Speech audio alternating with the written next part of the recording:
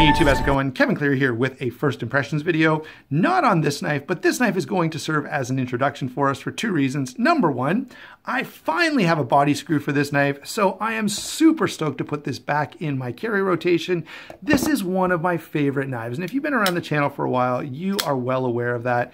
I have been a fan of the Todd Bag Bodega for a long time, but honestly, you know, it's never been a realistic thing to think that I would own a custom or even a mid-tech Bodega, right? They're not even at a price point that I have any comfort level with at all. Just wouldn't be my thing.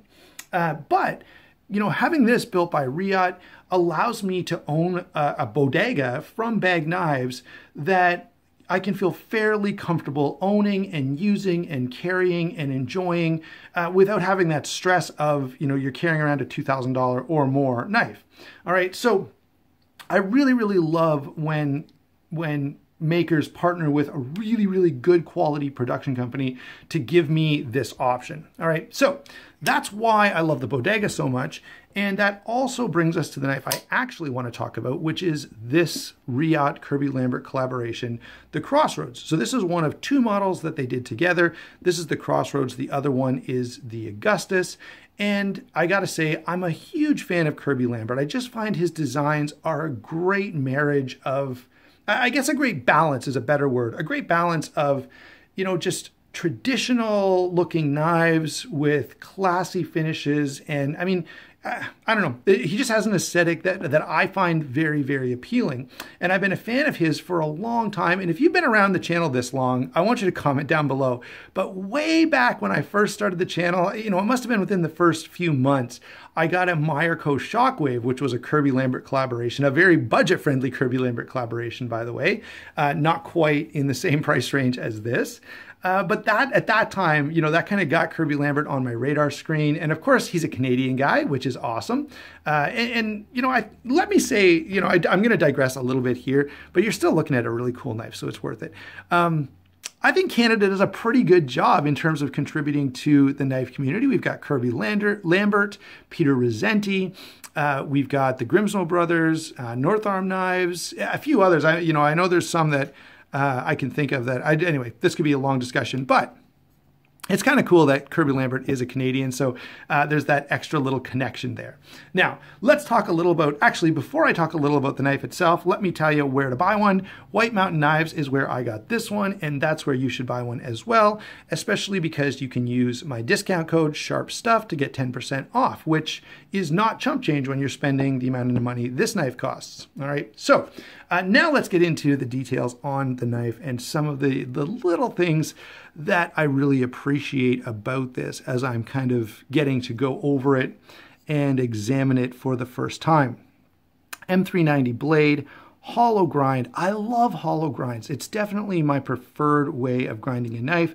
I think for an EDC style knife, right, if you're not using it for cutting up apples and tomatoes, a hollow grind is fantastic because it gives you nice, thin, great edge geometry, but still gives you sort of that strength and durability that you want from an EDC blade. So hollow grind is fantastic. M390 steel, again, fantastic. Nicely done top swedge in this. I'm going to call it a clip point blade. I've heard some guys call it a modified drop point.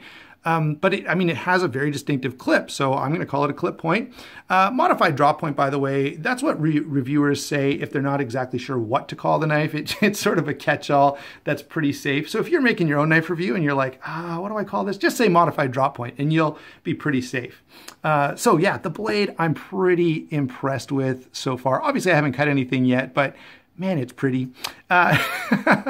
Let's go on to the fact that this has dual row ceramic bearings, which is fantastic. Extremely well dialed in action on this. Definitely, you know, the first time I just went to grab it and flip it, right away, it sort of puts you in position to push button this rather than light switch it, and it works really well. Let me show you that pivot collar, or I guess the pivot in general. These pivots are actually from a third party. I don't know, I can't remember the name of the third party, but they make these very nice decorative high-end pivots, and this is a great example of it. Completely awesome little pivot there, and a great additional detail on the knife.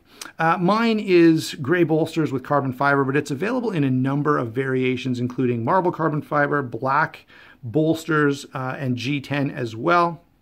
And then, of course, if you want, you could go to the Augustus, which is going to have a completely different blade shape. So there is a bit of variation available, which is kind of nice.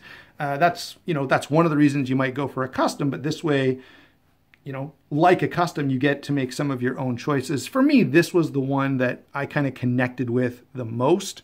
And so it was a fairly obvious choice. First impression, I guess first I should say it feels pretty good in hand. And let me finish the details. I missed one major one. Look at that really nice floating backspacer. Gotta say, I love the little pop of color with the bronze in there. Lanyard tube is integrated back there. And then we've got the milled titanium clip, single position. All right, I feel like we should have Frankie here to say sorry lefties. But anyway, that is a quick overview of the Kirby Lambert Reate Knives collaboration, the Crossroads. And let me conclude with sort of who I think this knife is for. The first person I think this is for, obviously, is someone like me who's a bit of a Kirby Lambert fan who would love to own something of his, but it's really just not a realistic option for me, okay? But something like this is definitely much more accessible and much more, doable. On the other hand, I think this is also for anyone, and as I look at the Reate Knives lineup for this year and all the offerings they came out with, this is honestly the one that stands out to me the most. I feel like this is sort of the most usable, the most in line with the kind of knives that I'm drawn to.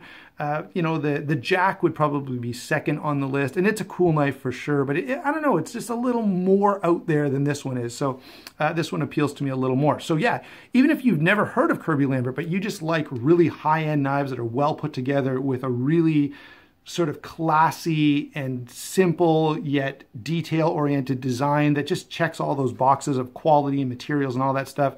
Again, I think this is a great knife for you as well. Don't forget to like and subscribe. Thank you so much for watching. I'd love to hear your thoughts on any of the things I've said down in the comments. We'll talk to you soon.